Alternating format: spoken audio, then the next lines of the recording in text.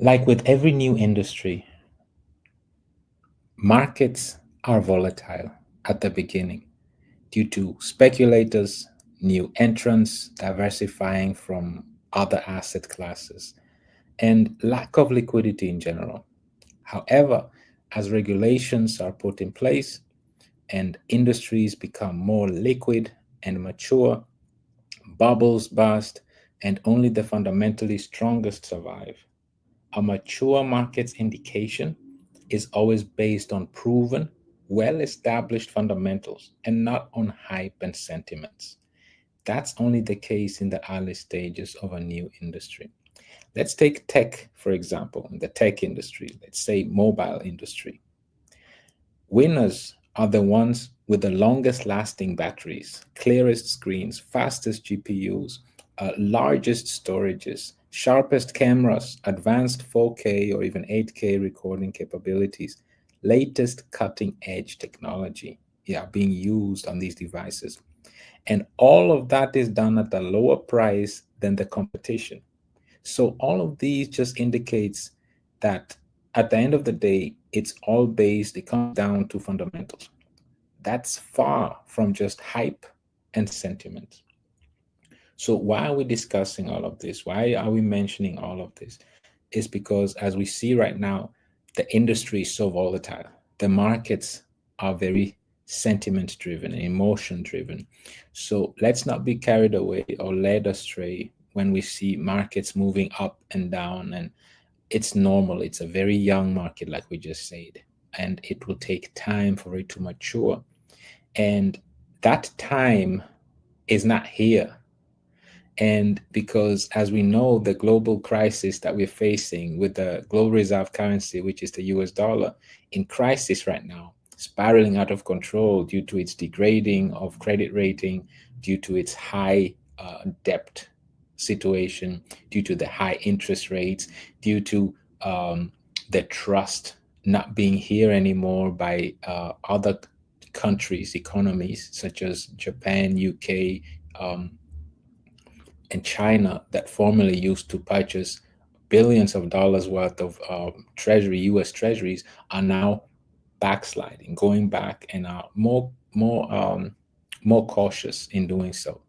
So all we're saying is that let's not be swayed when we see this young market, still relatively illiquid market, so volatile. It's normal, and it will take maturity and a bubble for it to mature and establish itself.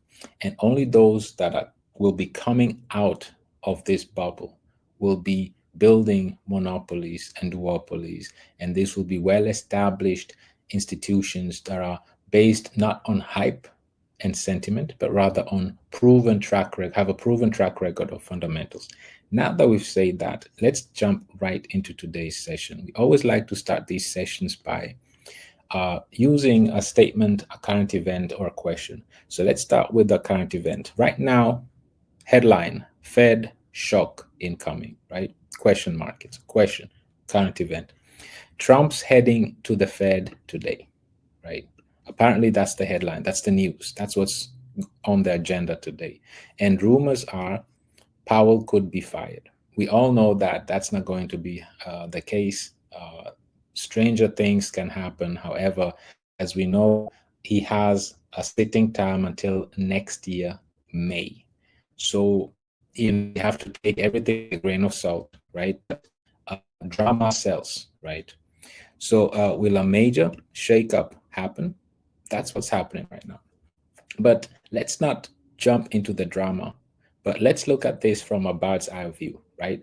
Let's understand, what does this really mean? And why now? Why is Trump so pushing interest rate cuts so much? What can we learn from the past, from the history, to paint a picture that is clear for us to understand what's happening today, moving forward for the next few years? What can we expect? What does this mean to us? History often repeats itself. And if you're a good student of history, you are not taken by surprise once things should take place. And in one thing I've learned in this industry, in finance in general, in life in general, is the one with the most information, the one that is the most informed, is always has an advantage, right? Is always at an advantage. So let's not be taken by surprise. Let's be students of history and let's learn what to expect beyond today in the next few years. The best way to start is with this statement, with this tweet right now. And now let's start to dissect everything step by step. We established that President Trump is on his way today. He's going to look up Jerome Powell.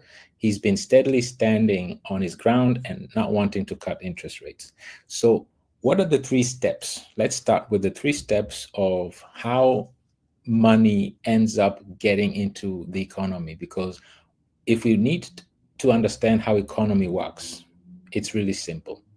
For an economy to work, it takes liquidity and it takes transactions. If you understand those 2 things, you literally understand how economy works. Without liquidity, there are no transactions, and transactions require liquidity to take place. For an economy to be triggered and for us to enter into a bull run, we need the 2 working. We need liquidity, we need transactions. We can't work without the other. The absence of one means we are in a bear market, the opposite. So what are the things that usually lead up to a bull run? These are 3 things, community takeaways, that once we understand this, it will take us to understand this concept, and we'll really be able to understand how economy works. So the first thing that usually happens is you see that the Feds engage in something known as the quantitative easing, or QE. Every time you hear QE or quantitative easing, it literally means that the government is literally providing support for the economy. What did we just learn? Economy to be boosted and to get into a bull market, it needs 2 things. It needs liquidity and it needs transactions. So QE just means that the government is providing support for the economy. That's the first thing. And what's the second thing? The second thing, and how do they provide support, by the way? By printing money. So the first step is one of the steps are that the government is providing support for the economy. How does it do that? It prints money. It's a debt-driven monetary system. So they're printing fiat, right? Another thing here it says it's second that happens is that it provides liquidity to the banks, to the banking system, right? That's what needs to be done. Why? Because the banks are the intermediary. They're in between us, retailers, and the Feds. And if you want your mortgage, you go to the bank. If you want your car loan, you go to the bank. If you want to increase the amount of on your credit card and to take on more credit, you use the bank, Visa, MasterCard, credit card, right? You get the idea. So for all your loan, mortgages, and credit line, you go to the bank.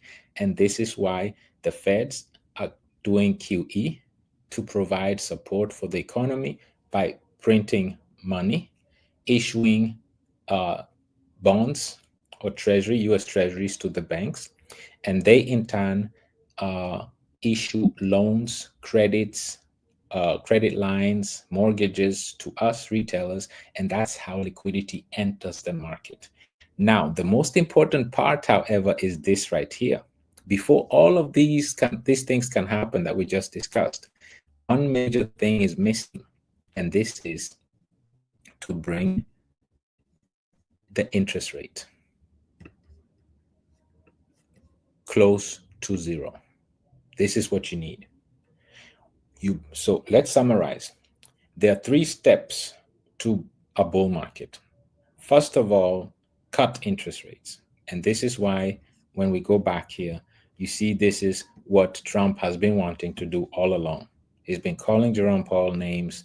He's been confronting him, and now he's literally physically going to him. And why is that the case? It's because there are 3 steps to a bull market. And the first step is right here. Bring interest rates near 0. Secondly, get involved in QE, quantitative easing, the Feds. How do they do that? They provide support to the economy. How do they do that? Print money. What's the final step? Final step is use the banks by providing liquidity through the banking system. And then the banking system will then flood the markets with liquidity. So these are the blueprints of how economy works. Takes liquidity and transaction for a booming economy. And then there are 3 steps to the bull market. First, cut interest rates near 0. Second, provide support for the economy by printing money.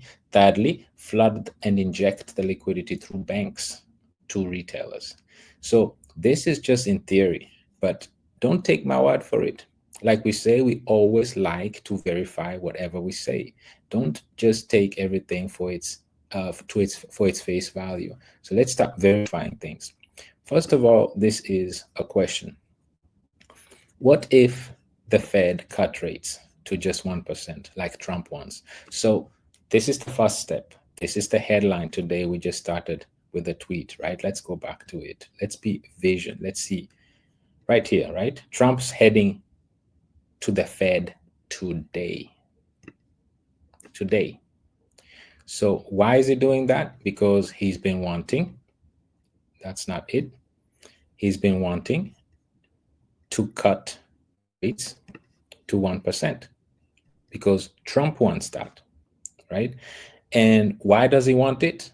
Obviously, he wants to stimulate the economy, trigger the bull market. And in the first step to a bull market is cutting interest rates.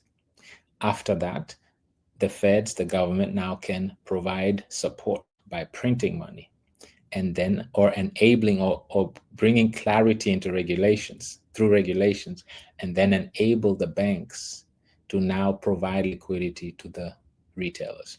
Okay, now that we've discussed that, now that we really understand that principle, let's just briefly summarize and look at history. What happened during the history, because this will be our blueprint on how this session today progresses. So the latest best example that we can learn from history is the dot-com bubble, right? The dot-com bubble. And we'll realize very quickly why. So in the 1990s, we're talking about over 30 years ago. There was a rise of the commercialization of the internet, right? Just like we are now in the early stages of commercializing the blockchain technology. Just like the blockchain technology, back then the internet was the new big thing. It was the technology of that time. So what happened back then? There was an abundance in venture capital funding. In other words, there was an abundance in liquidity.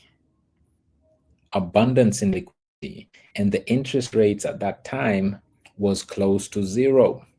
So the perfect setting was already set. The stage was set. Low, close to 0 interest rates, meaning abundance funding from the venture capitalists.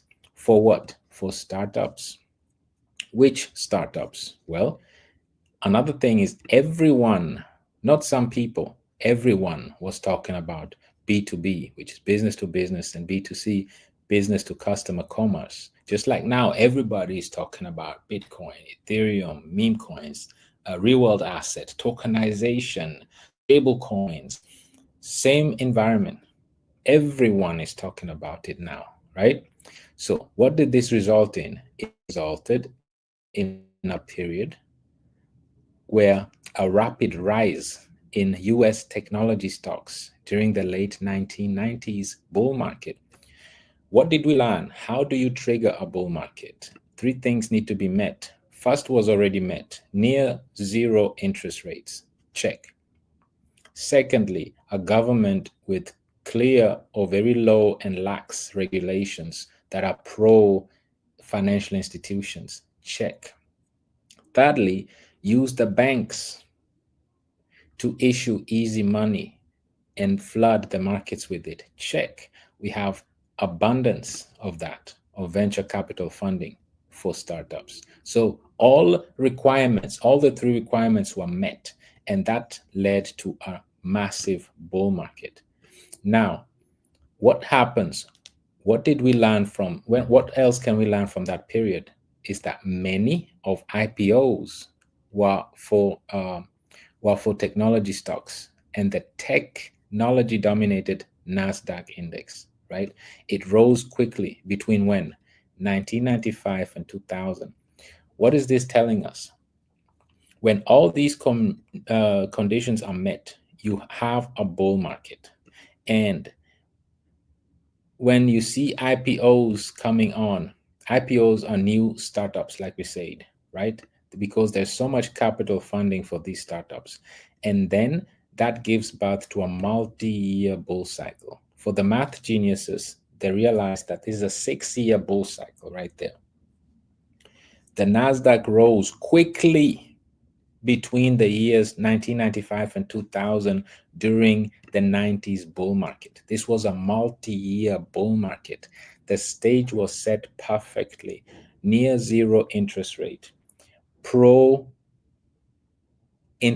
pro-e-commerce regulations set by the government. And thirdly, banks were eager to flood, inject money into these startups, into these new startups, right? .com startups. This, and everyone was talking about these e-commerce companies, right? And new IPOs, initial public offerings, were being launched left and right. This led to a multi-year bull cycle. However, many of the startups were overvalued, often with little to show in regards to a product, or eventually capital began to dry up.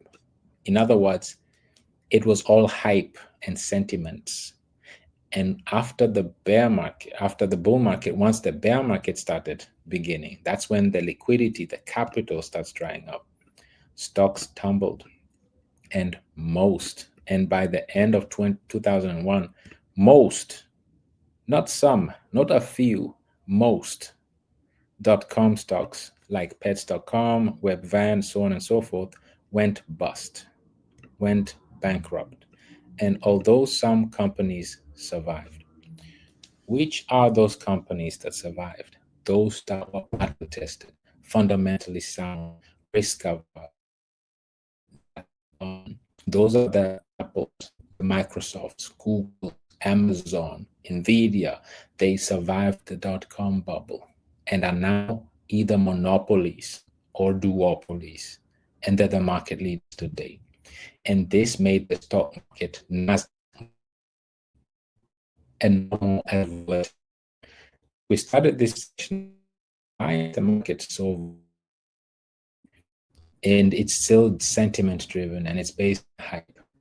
Everything, including the .com market, was Nasdaq, was like that at the beginning, before it was a multi-trillion-dollar industry or stock market, which is the largest stock markets in the world.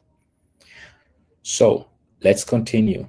And all of these points that we just discussed, abundance in venture capital, near zero interest rates, everyone talking about the new technology and its products and services that are getting ready to be launched by these startups that are getting a bunch of capital funding, IPOs left and right, being launched.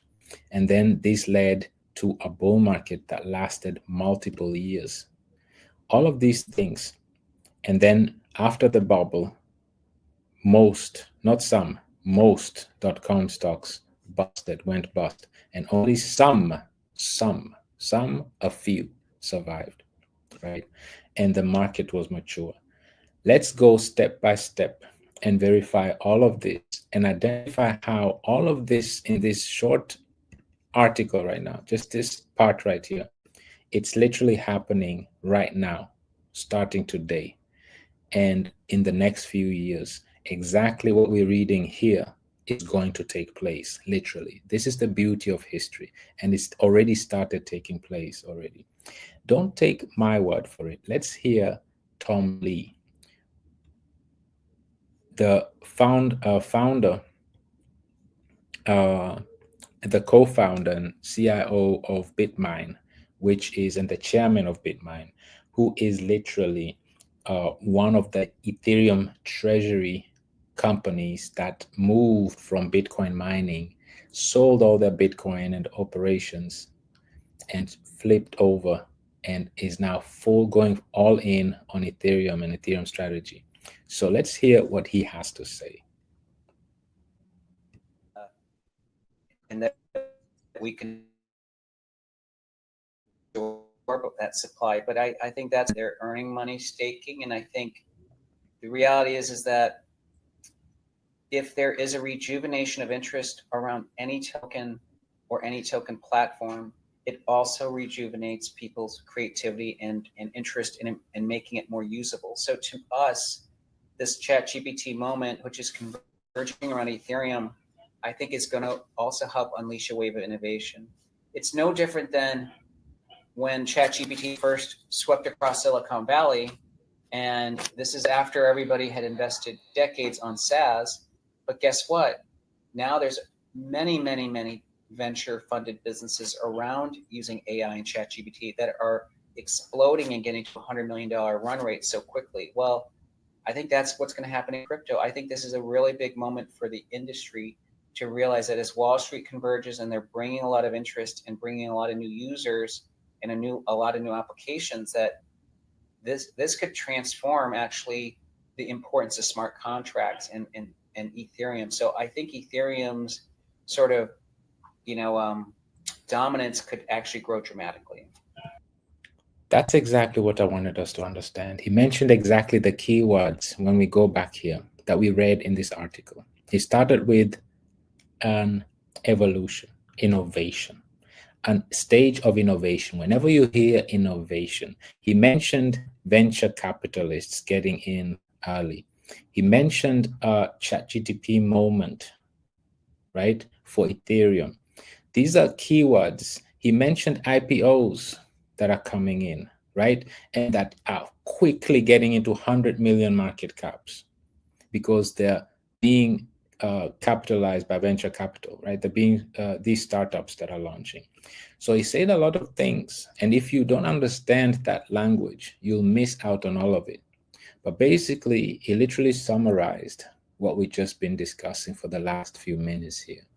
So let's continue, and now let's dissect everything step by step, what we've just read, and let's look at them in today's or within the last week. Let's verify them. Let's fact check everything we just said. So right now, just like Tom Lee, he is one of the founders of one of these Ethereum strategy companies. And we'll get to his after this. But for right now, there's this new one. There's this other one known as SharpLink. The irony of SharpLink is that its chairman is the co-founder of that Ethereum strategy company that we're about to go to next after SharpLink. No, SharpLink is the one co-founded by Joseph Lubin, the co-founder of Ethereum, and also the CEO of Consensus, who is the founder of the wallet MetaMask that most of us are using. So what should we take away from SharpLink's Ethereum strategy? And SharpLink is not the only one. What does this mean to us? This means that SharpLink is another IPO that came out, initial public offering. It's a publicly traded company like we see here. SharpLink Gaming, recent acquisition of Ethereum has surged them to the forefront of crypto realm, right? And this is exactly what they're doing. They're literally pushing to become, they are publicly, like we said, publicly traded company where? On NASDAQ. Does NASDAQ sound familiar? We'll get to that shortly. NASDAQ we'll hear NASDAQ many times. And so they have generated a buzz because with its assertive Ethereum accumulation strategy. Now they have more than 280,000 ETH. But and why are they doing this? How are we? They shifted also. Their strategy shifted to Ethereum, right? So this is just one of them. This is just one of them, and there are listed, publicly listed company. Let's remember this on Nasdaq. Just as a reminder, let's go back here. I like us to always be reminded. Remember, we are verifying, dissecting everything that we read in this article that happened over 30 years ago. We are actually looking at it in today's time. Things that happened 30 years ago. Look, technology dominated what? Nasdaq. .com bubble happened on Nasdaq, right? So we see these IPOs. SharpLink is an IPO. It just had an IPO just a few weeks ago. It was funded by venture capital funding startups. And everybody's talking about the latest technology, which is Ethereum, real-world assets, stablecoins, right? History is repeating itself right in front of our eyes here. So let's continue. This is SharpLink. Now let's look at something else. This is now this is the SharpLink now. So SharpLink now holds not 280, but 360 Ethereum right now. 260,000 Ethereum. Now, only between the 14th and 20th of July, they acquired additional almost 80,000 ETH, right? So this just shows, and they still have 96.6 ETH, US dollars remaining to acquire even more Ethereum in the future. And they've even already started accumulating staking rewards, Ethereum staking rewards. And so far, they accumulated over 567 Ethereum, right? So why are we showing this? Because there are so many. This is SBET, SharpLink. Which one is this? This is another one. Also, does it look familiar? Where is it? It plans to be, there's an IPO. It's planning its IPO on NASDAQ. It's planning to have a debut on NASDAQ. Community, does this sound familiar? So the Ether machine, this one is called the Ether machine. It's raising 1.5 billion US dollars to become the largest public Ethereum yield vehicle. So they're outdoing each other. We just saw SharpLink Gaming. Now here is another one called Ethereum machine. They're raising 1.5 billion and they want to launch where? On NASDAQ, debuting. It's an IPO. Initial public offering. They're getting ready to have the IPO, right, on NASDAQ. They're fully committed and they're planning a public debut on NASDAQ. Does this sound familiar? This is what's getting ready to happen. And they're planning to kick in the door with 400,000 Ethereum on its balance sheet. That's what they're planning to do. What else? Now, this is BitMine. This is the individual that spoke, Tom Lee, earlier on that YouTube video that we listened to.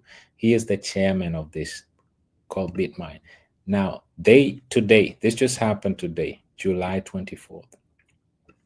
They just purchased additional Ethereum, putting them on top, exceeding 2 billion US dollars worth of Ethereum. They're sitting on 560,000 Ethereum. And the irony of all of this is that they surpassed the $2 billion worth in Ethereum holding just in 16 days, just over 2 weeks. It took them 2 weeks. That's it.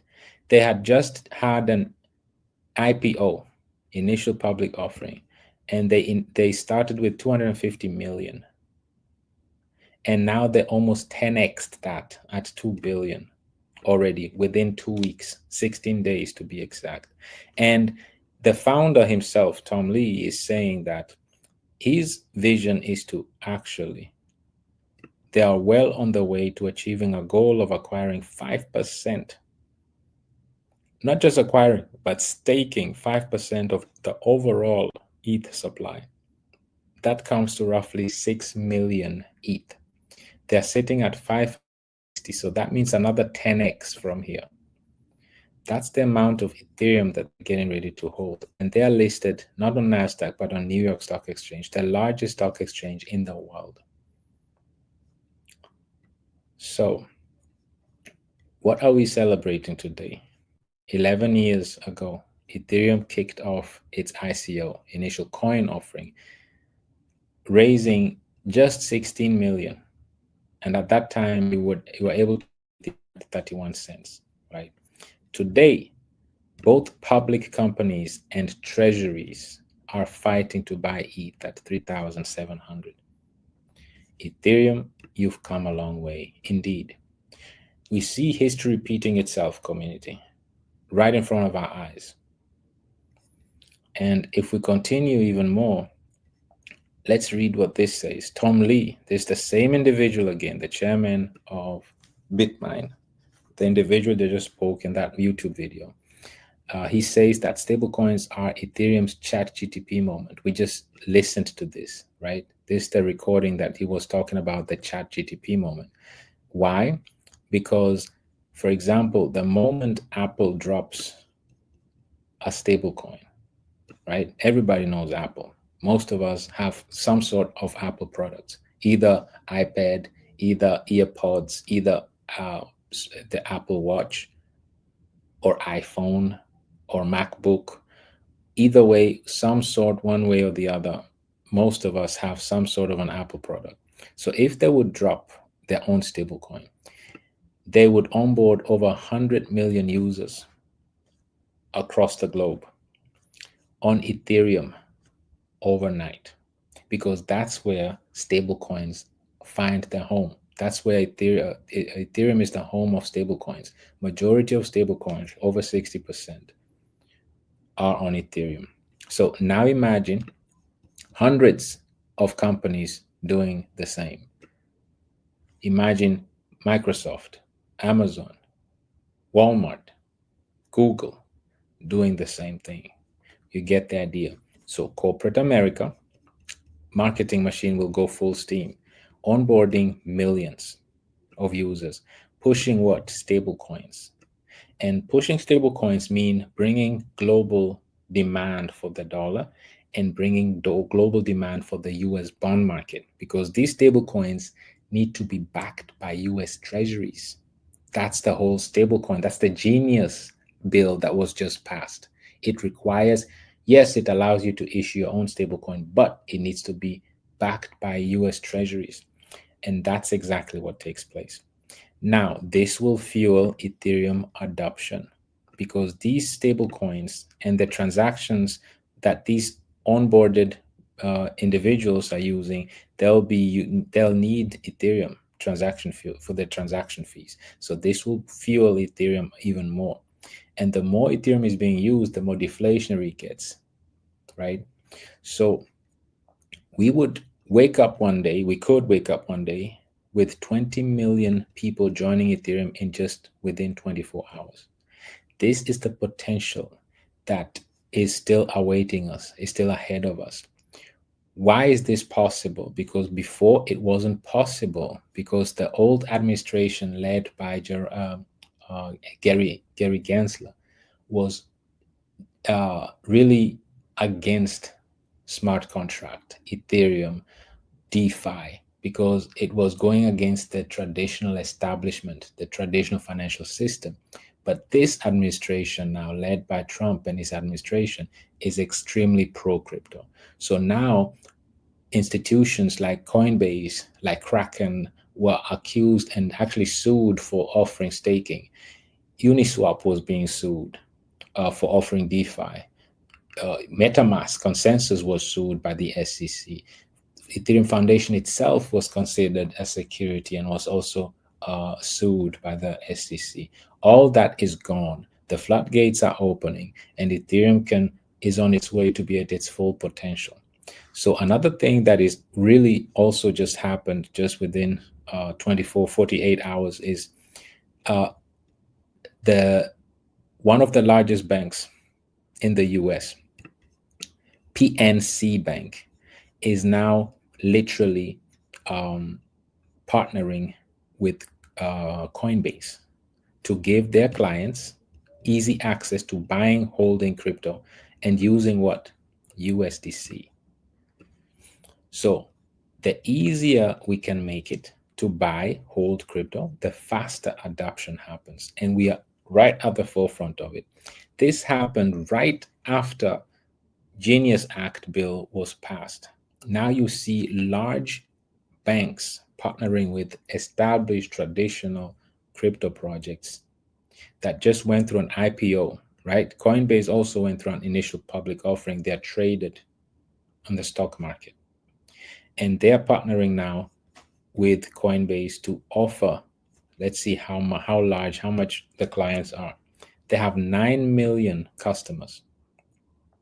They're allowing this, they're the 7th largest bank in the US, and they're letting their 9 million customers to buy, sell, and hold crypto directly in their accounts.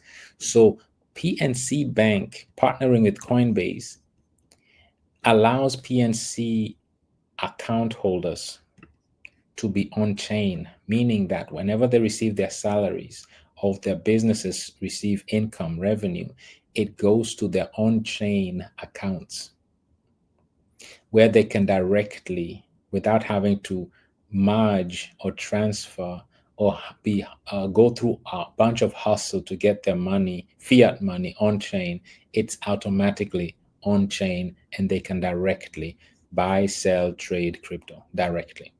This is what we are facing right now. And all of this through stable coins are taking place on Ethereum. This is getting ready to bring millions, hundreds of millions, and billions of dollars in volume on Ethereum as well.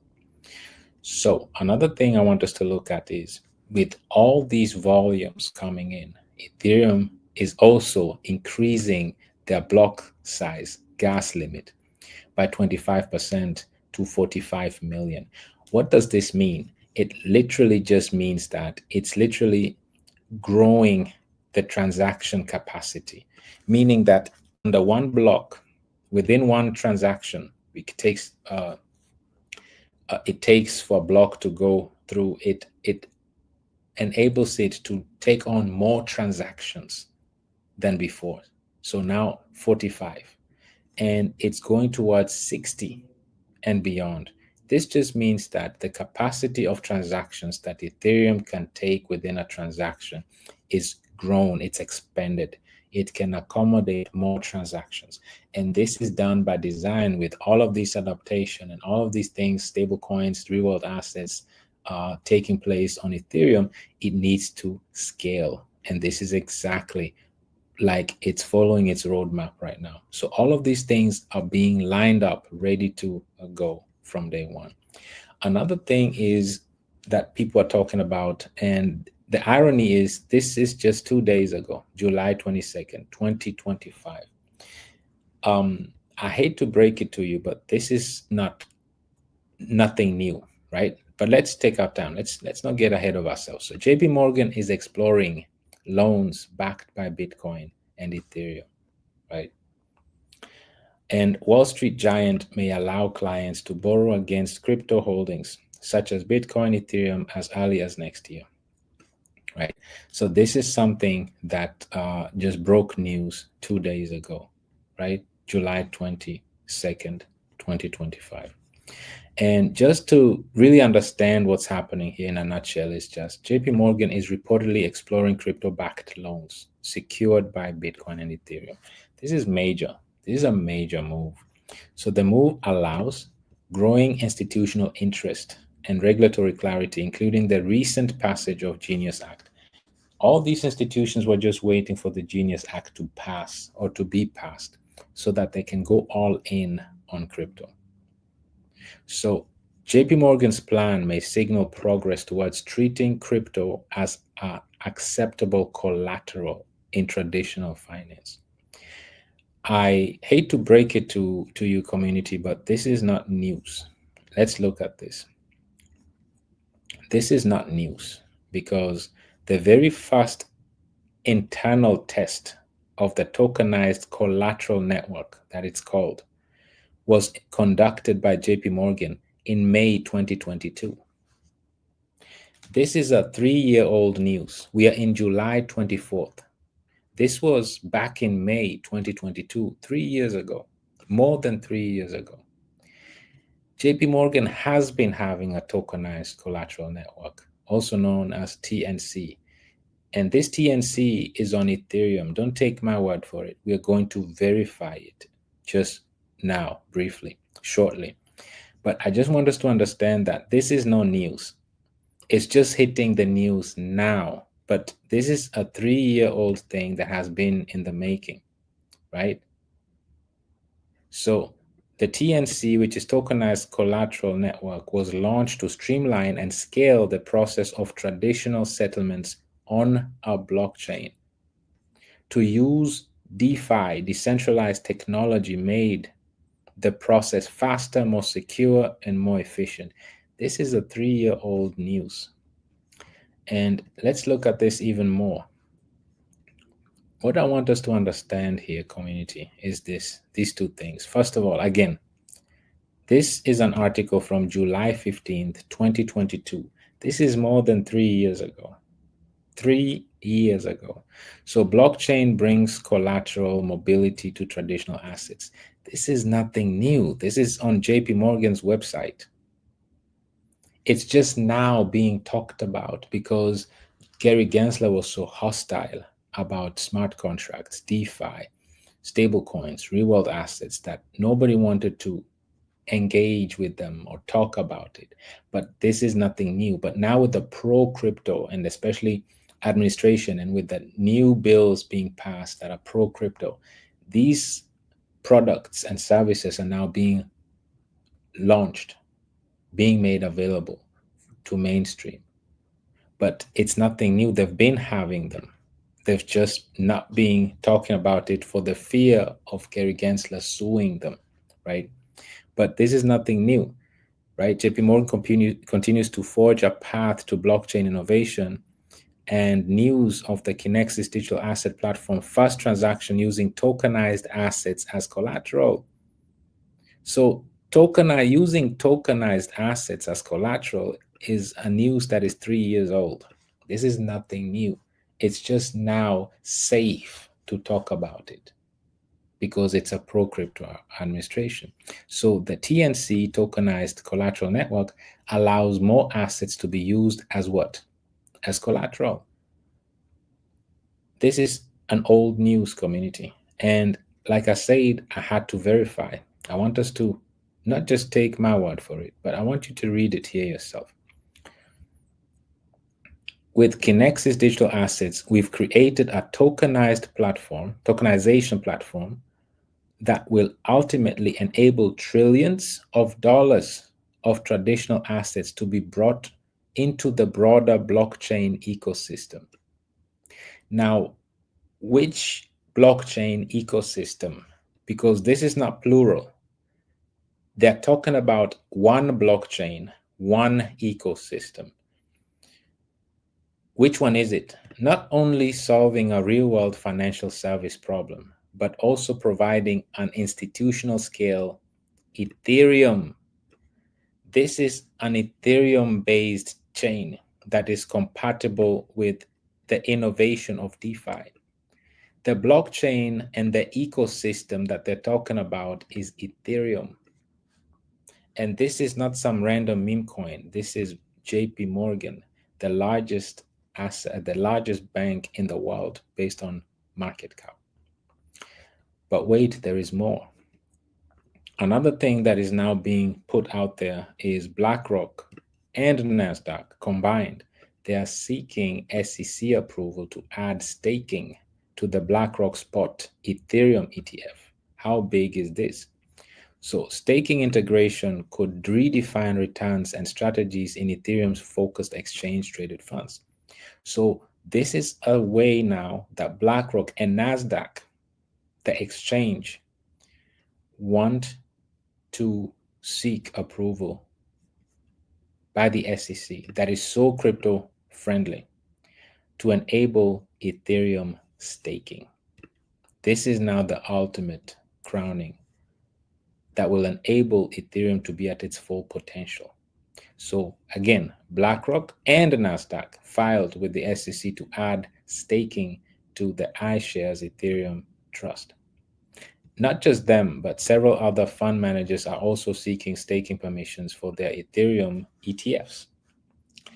This is what's happening, and this is what we are trying to illustrate, that we are seeing being replicated what we've been talking about during the dot-com bubble, right? We see a bunch of IPOs. We see a bunch of venture capital funded startups. We see everyone talking about the same thing. Right now, it's stablecoin, real world assets, tokenized assets.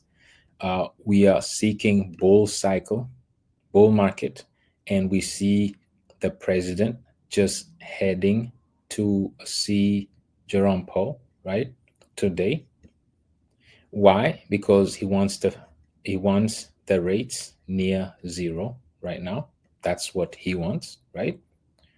He wants to cut rates to just 1% like Trump wants. Why? Because there are 3 steps, like we just defined. There are 3 major steps to the bull run, bull cycle.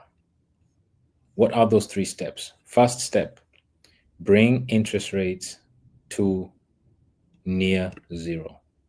First step. Second step, cut. It's called quantitative easing, right? What is that? It's to provide support for the economy. How do you do that? Print money. And then how do you do that? By providing liquidity through the banking system. Those are the 3 steps. And this is exactly what we're experiencing. This is what we're going through right now, community, right? So let's go back to what we were talking about here. Let's go back to this. So this is old news, like we said. This is nothing new, with JP Morgan providing loans, collateral tokenized loans, with using your crypto assets, Bitcoin and Ethereum, as collateral. It's been happening since May 2022. It wasn't just safe to talk about it, right? And it's fast public collateralized trade between what JP Morgan and BlackRock have already been doing this. They've been doing this, and they turned tokenized collateral network turned shares of a money market fund into digital tokens. They already did it. They've done this before. And they're using it over the counter for what? Derivatives market, which is a quadrillion-dollar industry. All of this coming on Ethereum. Now, we saw this also, and we saw that it's a blockchain ecosystem that JP Morgan is talking about. And this blockchain ecosystem is Ethereum. These are not my words. These are JP Morgan's. This is JP Morgan's official website, public information. There is no other blockchain mentioned on the JP Morgan website. Ethereum is the only blockchain mentioned on their website. So let's continue. We also saw that BlackRock and NASDAQ are seeking approval for their staking ETFs, Ethereum staking ETFs. Now, it's not just JP Morgan, it's not just BlackRock. Bank of America is saying many banks are preparing to introduce crypto stablecoins. This is now how we're coming full circle. Many banks, multiple banks, are coming, and they want to introduce stablecoins. Why? Let's understand why, community. This is very important for us to understand why. First of all, this is the final stage of injecting liquidity through the banking system. It says it right here. The final and third stage for a bull run to kickstart is you provide liquidity through the banking system by moving from a scarce reserve system to an ample reserve system, meaning you move from the gold standard from 1971 to a fiat debt-driven monetary system. That's where we are today. And you go down to near zero interest, and then you use the banks to provide liquidity through the banking system. This is the final and third stage And this is where we are right now, community. This is what we see right now. This is what this is about. And this is just now. This is July 24th. These are things happening in real time, community, as we speak. So we see that bubbles are here to happen. Bubbles are an indication of a maturing market. Don't take my word for it. You know we have to verify this. Let's start with the dot-com bubble, right? This is a graph of the dot-com bubble. You see here, of course, it's on NASDAQ. And we are down here, very early stages, where the first dot-com IPO just started, right? These are IPOs. What are IPOs? Remember? Let me remind you what IPOs are. This is an IPO.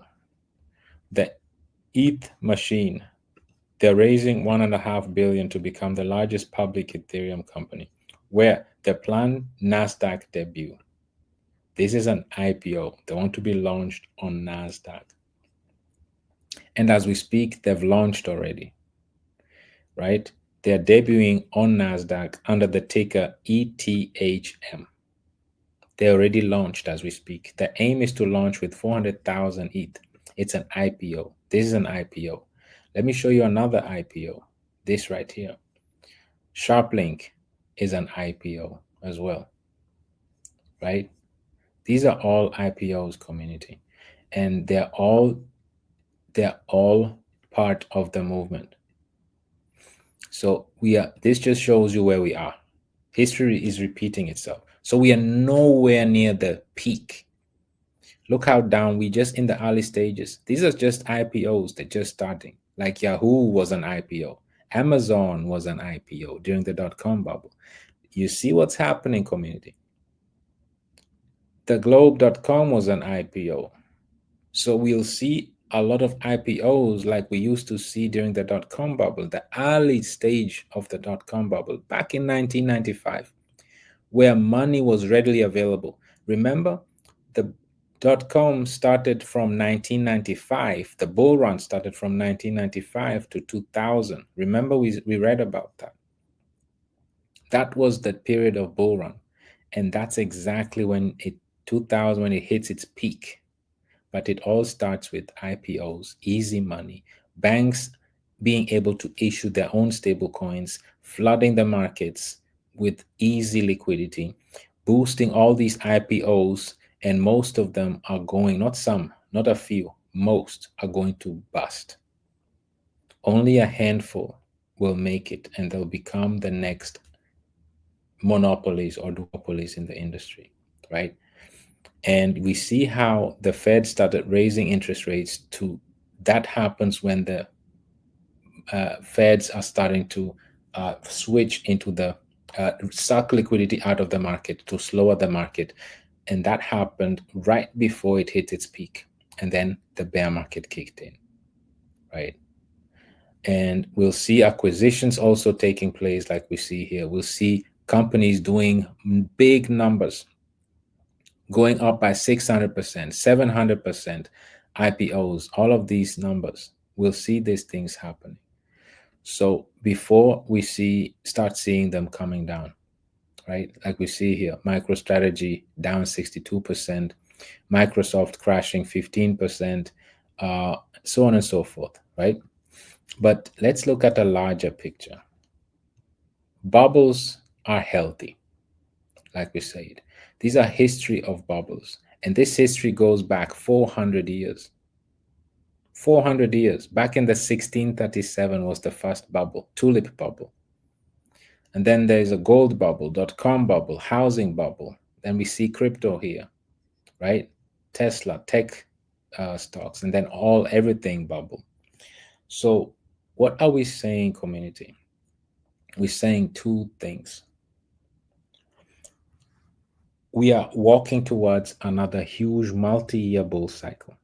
And like any previous multi-year bull cycle, it's naturally followed by a bubble. But a bubble is not necessarily a bad thing. A bubble is great because it's the path to a maturing industry. bubbles are an indication of a maturing market or a mature market. So a bubble only affects fundamentally weak ecosystems with inefficient and unsustainable risk management mechanisms. Bubbles serve to weed out fundamentally sound projects from hype based projects and are an indication for a maturing industry. So after a bubble, only the strong, fundamentally sound, and risk averse projects will be left standing and emerge as industry leaders, forming a monopoly or a duopoly in the industry, right? It's like after a wild party, you call in the cleaning crew and they throw everything in the trash bag, leaving only what essential, what is essentially needed to be there, and everything else lands in a trash bag, right? To be disposed of. Only what holds up the structure and the foundation of the industry is left standing. This is also something known as systematically important companies that are essential to keep the industry alive. Every other parasite is removed forever. Community, what are we saying? We're saying that Ethereum is a collateral, it's a currency, it's a store of value, it's a yield bearing asset, it's a technology, it's an application layer, an app store, and a neutral financial rail for the new digital economy, and the only, I repeat, the only solution to the current debt driven monetary system. That's the point that we're saying. And another point that we're trying to say is that all these bubbles came individually: the gold bubble, .com bubble, housing bubble, crypto bubble, AI, and everything bubble. The bull market is going to be, this upcoming bull market is going to be larger than all of these because everything is on Ethereum. Let's look at it. This is how we're going to close this session. If you look at stablecoins, where are they? Majority 60% on Ethereum. If you look at treasuries, where are majority of treasuries? 75% on Ethereum. Let's look at commodities, gold and all of that. 99% is on Ethereum. What are we saying? We're saying that this bull run is going to be a multi-year bull run, and it's going to be larger than any of these previous bull runs. But that also means it's going to be the largest bubble yet, because it's an all-in-one. Ethereum is a technology. It's a ledger where gold, tokenized gold will be there, tokenized stocks, tokenized housing, cryptocurrencies in general, DeFi, global economy. Everything is being built on top of Ethereum, meaning all of these market caps are being put on top of Ethereum. And like we see here, commodities 99% on Ethereum, treasuries 75% on Ethereum, and the foreign exchange market, which is stablecoins, are also predominantly on Ethereum. So this shows you that we are about to experience a multi-year bull cycle that is led by the cutting of the interest rates. And we see Trump heading straight to the Fed today. And rumors are that Powell could be fired, right? And how will that affect the market? We already know the game plan. We know exactly how this is going to play out because it happened 30 years ago. We've been discussing it for the last almost 1 hour, right? So we know exactly how this game is going to play out because it takes two things for an economy to run: liquidity and transactions. And there's 3 steps to a bull run. First step, cut interest rates to near zero. Second, provide support to the economy. How do you do that? Enable regulations that enable financial institutions, banks, to issue their own stable coins.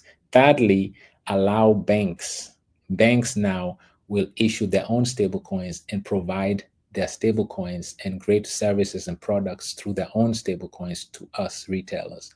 This is the perfect storm for a multi-year bull cycle. And this is something that is going to happen starting today moving forward. It's been started. So let's strap up and get ready for a multi-year bull cycle. The largest bubble is coming ahead of us, but this bubble is not a bad one. It's good and it's needed because it will mature this industry. And we need Ethereum to mature as quickly as possible because it is a collateral, a currency, a store of value, a yield-bearing asset, a technology and application layer. And the more it matures, the faster it matures, the better it is for the US to remain the global reserve currency.